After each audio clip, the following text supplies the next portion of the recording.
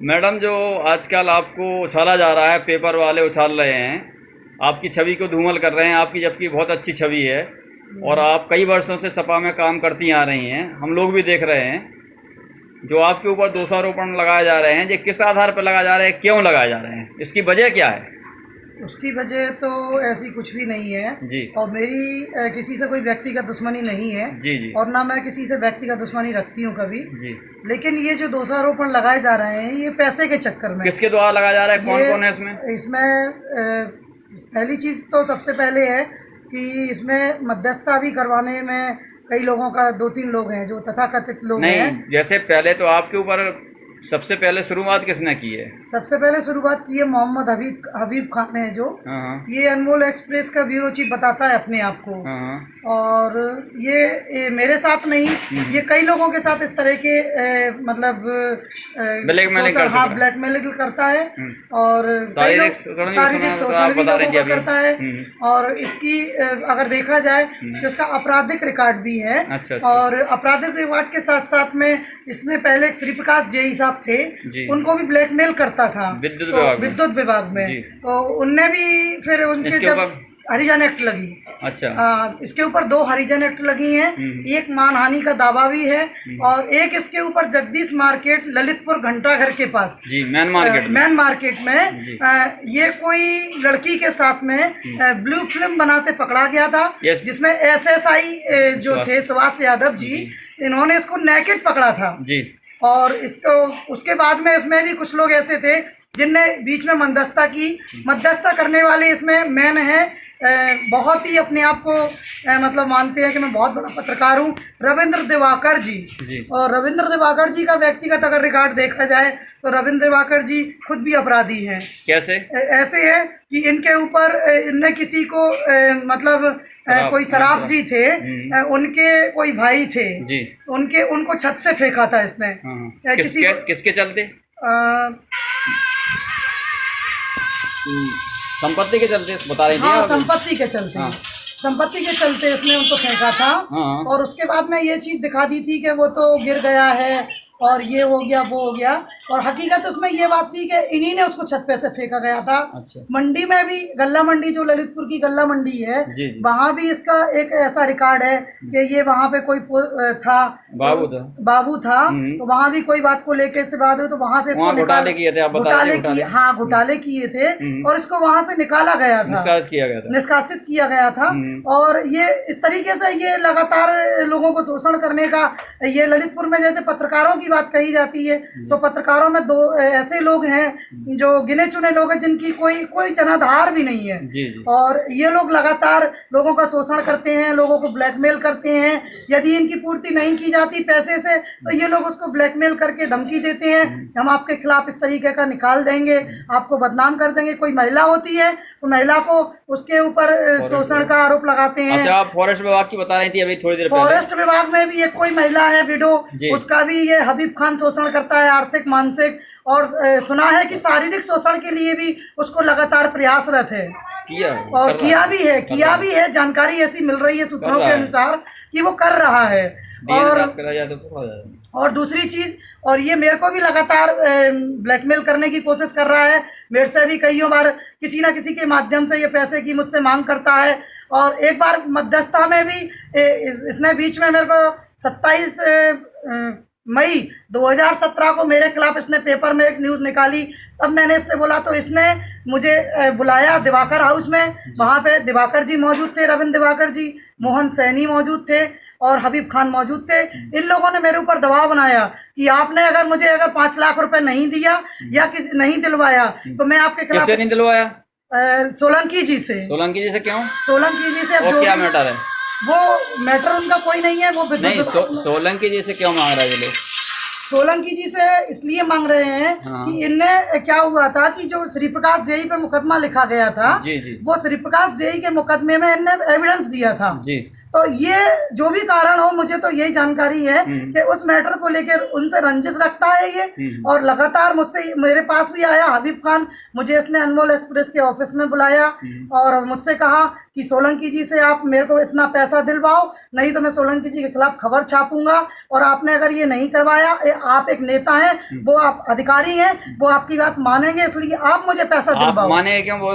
आपने भी थोड़ी देर पहले ये बताया था कि आप मोहल्ले में रहते हैं, आपके पड़ोसी हाँ, मेरे मोहल्ले में रहते हैं, मेरे पड़ोसी हैं। ये बात कहाँ तक सही है? सही है, बिल्कुल सही है, बिल्कुल सही है, मेरे पड़ोसी हैं और मेरे बहुत नजदीक उनके परिवार से संबंध है। मेरी बेटी उनके बेटे को राखी बांधती है और मेरे बहुत अच्छे संबंध है उनके परिवार से, मतलब और घरेलू संबंध है।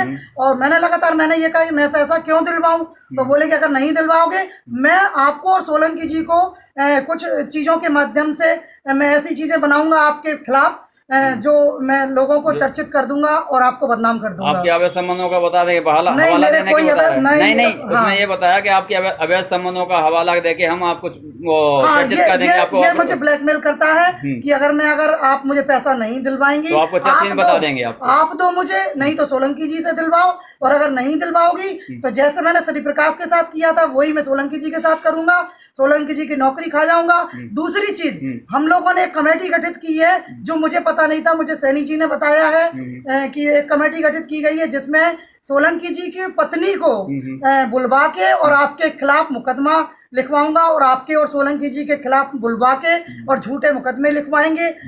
और झूठे मुकदमे लिखवाने के साथ साथ मैं आपको इतना उत्पीड़ित कर दूंगा, इतना परेशान कर दूंगा कि आप कहीं की नहीं बचेंगी, और आपकी जो राजनीतिक छवि है वो मैं खत्म कर दूंगा। दूसरी चीज, रविंद्र दिवाकर जी ने मुझे अपने कार्यालय बुलाया और मुझसे बोला कि आप राजनीतिक हैं, आपकी कोई व्यक्तिगत लाइफ नहीं होती है, और अगर आपकी लाइफ है, अगर आपको लगता है कि आपकी लाइफ अगर व्यक्तिगत है तो आप घर बैठ जाइए, राजनीति छोड़ दीजिए, आपके खिलाफ कोई नहीं लिखेगा, हम लोग निर्भीक पत्रकार हैं, बराबर लिखते रहेंगे, जो आपको दिखाए तो हमारा कर लेना। नहीं, ऐसा क्यों बोल रहा है कि हम ऐसा करते रहेंगे? सिर्फ पैसे के चक्कर में, पैसे की डिमांड है। और लगातार ये इसने रविंद्र दिवाकर का तो और एक और मैटर है, ये अपने जीआरपीएफ में आरपीएफ होगा, तो आरपीएफ में भी किसी मतलब एसआई थे शायद, उनके खिलाफ इसने उनको झूठे षड्यंत्र में फंसाया और विचारों को निलंबित कराया।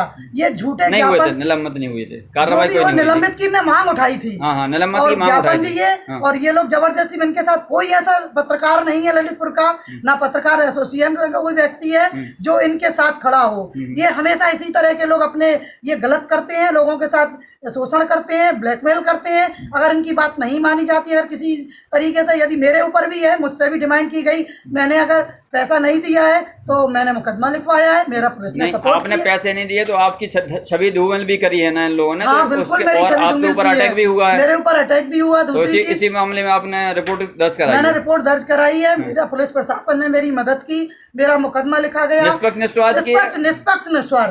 निस्वार्थ। मैंने डीआईजी साहब से भी बात की, डीआईजी साहब ने भी मेरा मतलब निष्पक्ष सपोर्ट किया है, और मैं सुना है आपका जी, और मेरी बात सुनी गई है, मेरा मुकदमा लिखा गया है। उसके एवज में ये लोग, हबीब खान जो है, जो लोगों को मेरे पास भेज रहा है लगातार, जिस दिन से मैंने मुकदमा लिखाया है उस दिन से लगातार मेरे पास लोगों को मध्यस्थता के लिए भेज रहा है कि मैडम से कह दो मुकदमा वापस ले लें, अन्यथा की स्थिति में मैडम को सुसाइड करना पड़ेगा।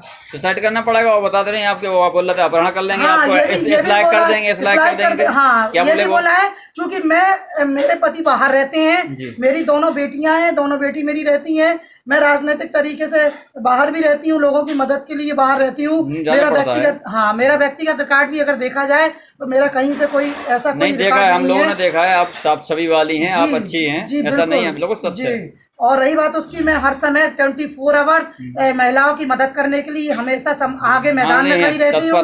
मैंने आज तक कभी किसी का विरोध नहीं किया है, ना मैं कभी किसी का करती हूँ। मेरा काम है निष्पक्ष करना, गरीबों की मदद करना। मेरा कोई राजनीतिक ये नहीं है कि मेरा कोई बिजनेस हो, व्यापार हो। मैं राजनीतिक सिर्फ समाज सेवा के लिए राजनीति करती हूँ। ये लोग लगातार ये प्रयास कर रहे हैं कि मुकदमा अगर वापस नहीं लिया तो हम आपको इतना बदनाम कर देंगे। हाँ, और ये भी कह रहे हैं कि आपने जो मुकदमा लिखवाया है, रविंद्र दिवाकर जी बोल रहे हैं कि आपने जो मुकदमा लिखाया है, ये एसपी को पैसा देके, मैं कसम खाती हूँ और ये लोग कसम खाएं और इसको सत्यता के आधार पर इसको सत्य घटना को बताएं कि किसने पैसा लिया है। मेरे से कोई पैसा नहीं लिया गया है। पुलिस प्रशासन ने, माननीय हमारे यहाँ के जो कप्तान महोदय हैं डी प्रदीप कुमार जी, उनने मेरी निष्पक्षता के साथ मेरी बात सुनी, मेरे को न्याय दिया, मैं उनकी आभारी हूँ। और पुलिस प्रशासन, ऐसा कोई कार्य नहीं, प्रणाली उनकी है। जो भी मुकदमे लिखे जाते हैं वो निष्पक्ष लिखे जाते हैं, गलत कभी किसी के साथ नहीं लिखा जाता है। ये बिल्कुल गलत है। गलत वो लोग ठहराते हैं जो लोग खुद गलत होते हैं। कैसे वो खुद गलत ऐसे होती है कि खुद लोगों को ब्लैकमेल करना। पत्रकारों के ऊपर एक मुकदमा लिखवाया था ना, उसमें आप बता रही थी अभी थोड़ी देर पहले कि लूट का मुकदमा है, वो फर्जी था। किसके ऊपर? पत्रकारों के ऊपर? पत्रकारों के ऊपर इन्हें लिखाया था, वो बिल्कुल फर्जी है। इनका पेपर पहले ये दैनिक जागरण के थे, इन्हीं कारणों से इनका पेपर वो गया हुआ है। अच्छा। ये हमेशा इसी तरह के काम करते हैं। और इनका व्यक्तिगत अगर रिकॉर्ड 302 भी रविंद्र वाकर जी के ऊपर चल रही है। अनिल चौबे जो है, उनका अपहरण हुआ था, उस केस में भी ये इन्वॉल्व है। क्या बोलते हैं आपका, रविंद्र वाकर षड्यंत्र में। और उसमें इतनी पुलिस प्रशासन को मुसीबत झेलनी पड़ी। बिल्कुल बिल्कुल, पुलिस प्रशासन को ये हमेशा इस तरीके के मतलब ज्ञापन दे के ये पुलिस प्रशासन को इतना परेशान कर देते हैं, इतना पीड़ित कर देते हैं कि पुलिस प्रशासन को ये नाक में मतलब कोड़ी पहनाने का काम करती है कि कोई भी मुकदमा नहीं लिखा जाए। ये पुलिस प्रशासन हमेशा निष्पक्ष काम करता है, कोई भी प्रशासन का कभी गलत नहीं करता है। ये कानून के दायरे में सारे लोग अधिकारियों को ये काम नहीं करने देते हैं अगर कोई निष्पक्ष काम करता है तो। अच्छा, उनको प्रेरित करते हैं, ये प्रेरित करते हैं गलत काम करने के लिए। लेकिन हमारा प्रशासन बहुत अच्छा है, कोई गलत काम नहीं करते हैं और सारे काम निष्पक्ष तरीके से करते हैं, कानून के तहत काम करते हैं। ये तो इनका एक बिजनेस है, व्यापार है, इनका कोई कमाई का साधन नहीं है। ये यही साधन है कि लोगों को ब्लैकमेल करना, लोगों के साथ शोषण करना। अभी आपने एक चीज बताई थी कि इनके पास पेपर था, तो जो वहाँ जो इनने जमीन मकान बनाया सदनसा के सामने, वो अवैध जमीन पे है, वो सरकारी जमीन पे इनने कब्जा कर रखा है। बिल्कुल बिल्कुल, जिससे कहाँ तक सत्य है? बिल्कुल 100% सत्य है। सत्य जी, बिल्कुल। और कुछ